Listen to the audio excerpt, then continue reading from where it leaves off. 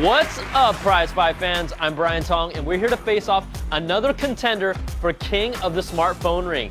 It's the heavyweight prize fight you've been waiting for between the Motorola Droid and Apple's iPhone 3GS. Motorola and Verizon have been blitzing Apple and AT&T, and there's no love lost between these phones, so we're bringing in the heavy hitters to judge this fight. Senior editor Kent German, senior editor Bonnie Cha, and myself will do the honors. Now we'll take all three judges' scores and average them out to the nearest 10th each round. The final prize fight score will be an average of all rounds using the same decimal system. Who's bringing home the bacon? First round is sexiness. Motorola's Droid touchscreen is the highest res on a phone I've seen, and all of us agree it's a thing of beauty.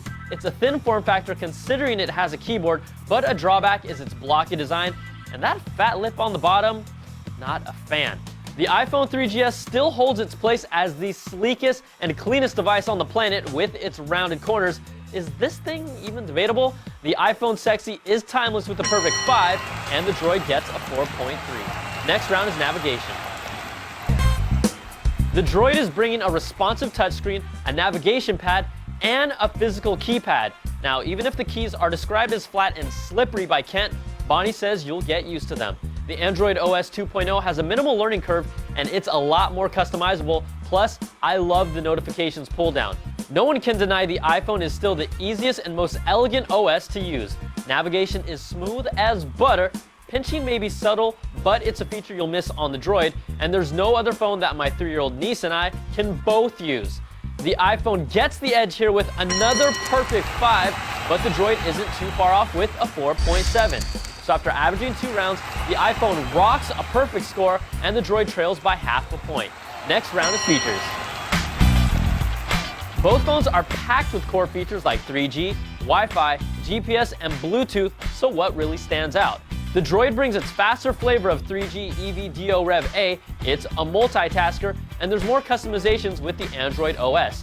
Native Exchange support with a unified mailbox for multiple accounts, turn-by-turn directions in Google Maps with a voice search that left me impressed. Academy of Sciences. Plus, a user-replaceable battery, and their tethering feature will be available before the iPhones. Now that's a whole bunch, but the iPhone is no chump either. The App Store is light years ahead of the Droid, and it enhances the iPhone exponentially. Exchange support is here, cut, copy, and paste is better implemented, and the turn-by-turn Google Maps are said to be coming soon. But having the ability to roam the world on GSM networks is a huge benefit. This one was close, but the Droid just edges out the iPhone with a perfect score in round 3, and the iPhone gets a 4.7. Next round is web browsing and multimedia. The Droid's browser is very good with its thumbnail bookmarks, but overall it's still a step below Safari.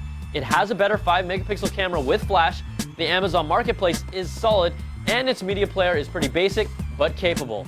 Now syncing your media to the device is a clunky drag and drop experience, plus standard MPEG-4 files that played flawlessly on the iPhone chugged and had audio sync issues on the Droid. Safari is still the best mobile browser that separates it from any smartphone. ESPN and CNN mobile sites display streaming media on the iPhone, but they didn't on the Droid. Multimedia on the iPhone is unmatched with a top-notch video player and video quality that still makes you say, wow. Even though you're locked into iTunes, the syncing process is seamless with a huge library of content to access. Now the judges all agree in this round, the iPhone lands another 5 and the Droid gets a respectable 4. So after 4 rounds, the iPhone leads by 0.4 of a point, but this, my friends, is far from over. The final round that decides it all is call quality and performance.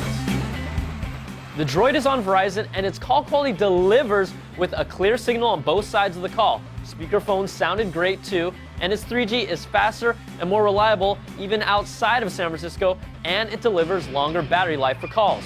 The iPhone's call quality on AT&T isn't horrible, but it's not great either. There's more background noise, and we all know about those dropped calls. Its 3G has improved in some areas, but Verizon still performs better. Battery life has improved from previous phones, but the big killer for me, I dialed the iPhone from my Droid side by side, and the iPhone didn't even ring. Yeah. The Droid lands the biggest blow this prize fight in the final round with a perfect 5, and the iPhone gets a 3.3.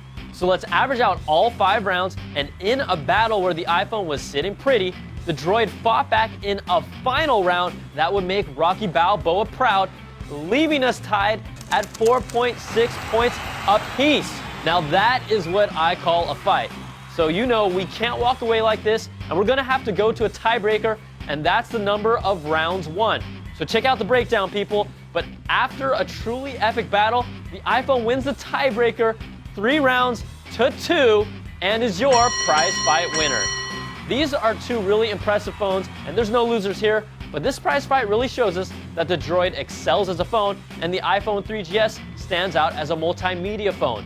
Which phone ends up in your pocket is up to you. I'm Brian Tong, thanks for watching, and we'll catch you guys next time on another epic prize fight. Woo-ah!